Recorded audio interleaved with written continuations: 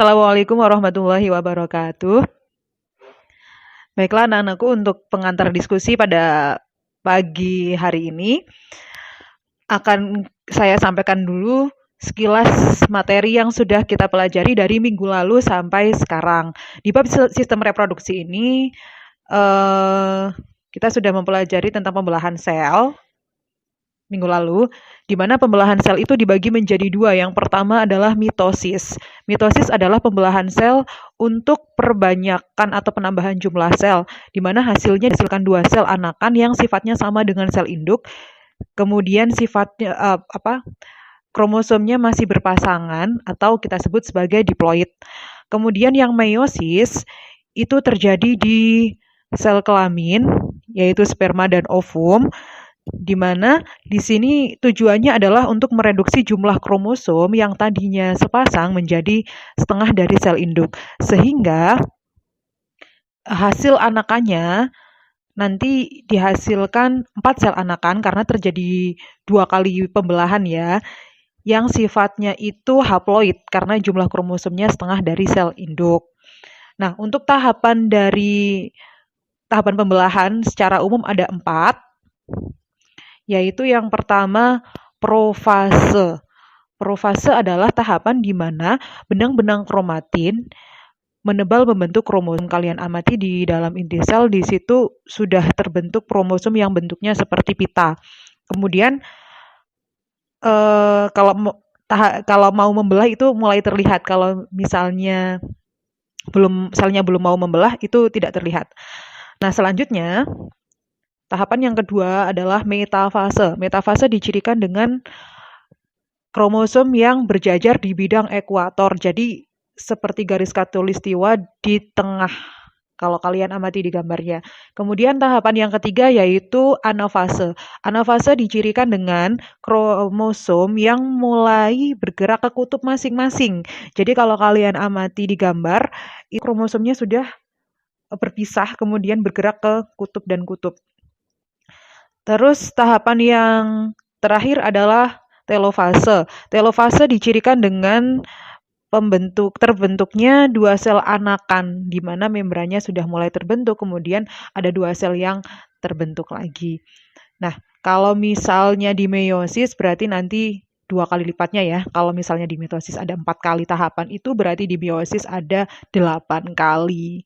Nah, itu kemarin, itu materi pengantar untuk hari ini. Hari ini kita mempelajari tentang organ-organ yang membentuk sistem reproduksi pada laki-laki dan perempuan. Saya mulai dari yang laki-laki terlebih dahulu. Yang pertama kalian harus pahami adalah tentang strukturnya. Jadi kalian lihat gambarnya, ada organ-organ yang menyusun bagian luar terlebih dahulu, ada penis dan skrotum. Kemudian untuk yang bagian dalam, itu nanti kalian wajib hafal dan tahu fungsinya. Yang pertama ada testis, yaitu untuk tempat pembentukan sperma di situ. Kemudian nanti sperma kalau sudah matang akan tahapan selanjutnya akan dilanjutkan di bagian selanjutnya, yaitu epididymis. Di sana tempat pematangan sperma dan penyimpanan sementara. Kemudian nanti untuk penyalurannya nanti dilanjutkan ke vas deferens. Itu saluran yang menyalurkan antara testis sampai ke epididymis sampai ke uretra. Nah, yang selanjutnya ada uretra. Nah, uretra itu tempat pengeluarannya. Itu yang wajib dipahami. Kemudian untuk yang perempuan. Nah, yang perempuan yang wajib kalian hafalkan strukturnya, yang pertama ada ovarium. Ovarium itu kalau wanita kita punya sepasang. Itu tempat menghasilkan sel telur. Kemudian kalau sel telur sudah dihasilkan akan diluncurkan ke tuba falopi atau oviduk, itu saluran telur ya. Selanjutnya setelah dari tuba falopi, nanti kalau sudah terjadi pembuahan misalnya, itu akan dilanjutkan lagi ke bagian selanjutnya untuk perkembangan embrio, ada di rahim atau uterus.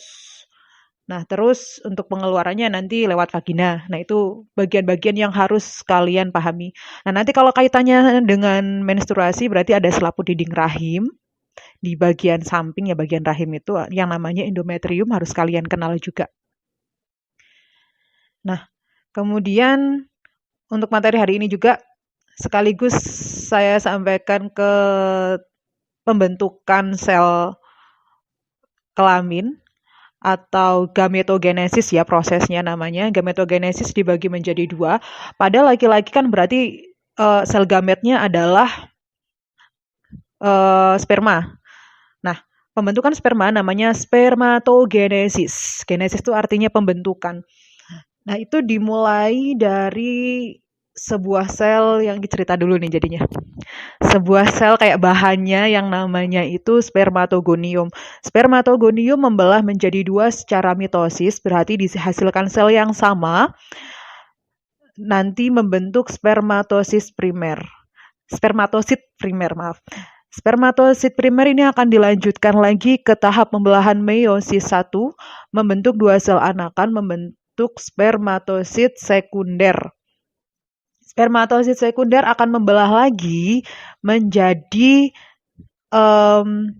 spermatid. Nah, ini sudah dihasilkan 4 sel anakan.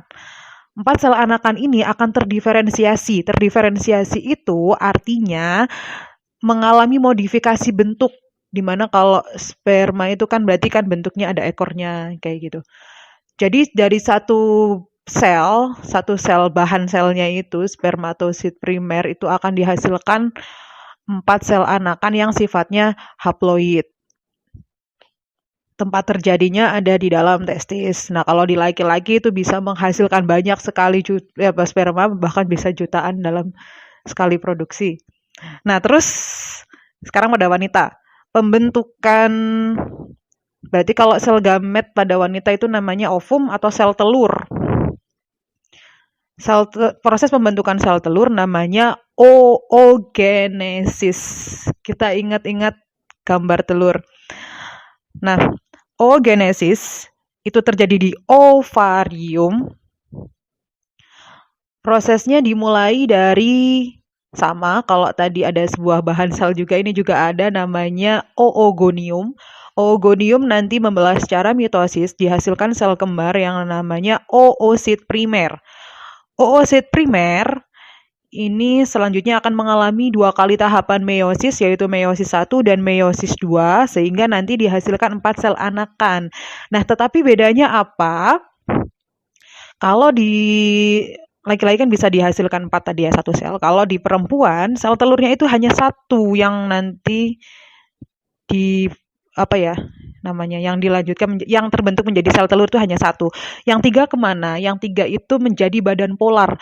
Badan polar itu nantinya akan tereduksi. Tereduksi itu berarti ya nanti mati lah, jadi tidak digunakan. Jadi wanita itu 1 kali, ya pokoknya setiap bulan kan kita menghasilkan sel telur hanya 1, nggak lebih, kecuali kasus khusus ya. Seperti itu.